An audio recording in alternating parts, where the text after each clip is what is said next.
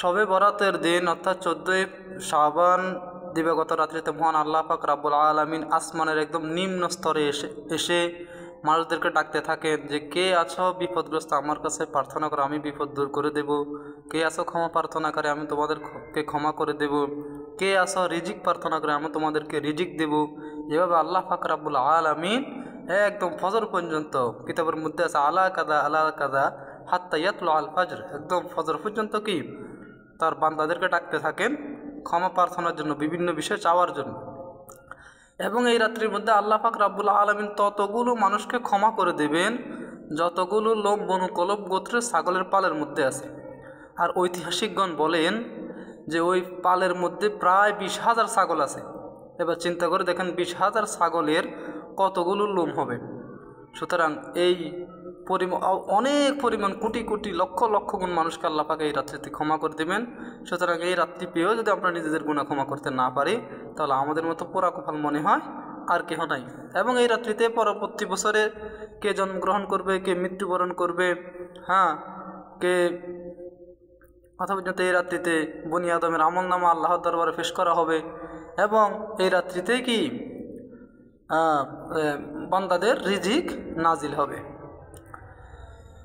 তো এই রাত্রিতে আমাদের মূলত সবার রাত্রিটাকে আমাদের খুব কদর করার দরকার, খুব মূল্যায়ন করার দরকার।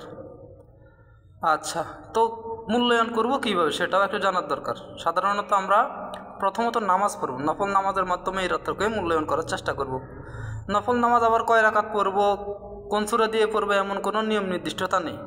আপনি যত রাকাত ইচ্ছে তত রাকাত পড়বেন, যেই সূরা দিয়ে ইচ্ছে সেই সূরা দিয়ে পড়বেন।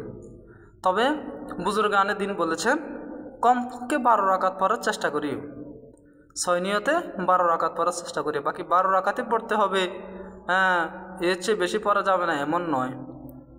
আমরা এর চেয়েও বেশিও পড়তে পারবো ইনশাআল্লাহ, এবং যে কোনো সূরা দিয়ে পড়তে পারবো। তারপর কোরআন তেলাওয়াত করব। আফজালুল ইবাদাতি তেলাওয়াতুল কোরআন, যেহেতু কোরআন তেলাওয়াত সর্বোত্তম ইবাদত, তো আমরা কোরআন তেলাওয়াত করব। এরপরে ইস্তেগফার করব নিজেদের পিছনের গুনাহের জন্য, কৃতকর্মের জন্য। আল্লাহ পাক রব্বুল আলামিনের দরবারে ইস্তেগফার করব। 4 নম্বরে কবরস্থানে গিয়ে জিয়ারত করব। 5 নম্বরে পরের দিন একটা নফল রোজা রাখব।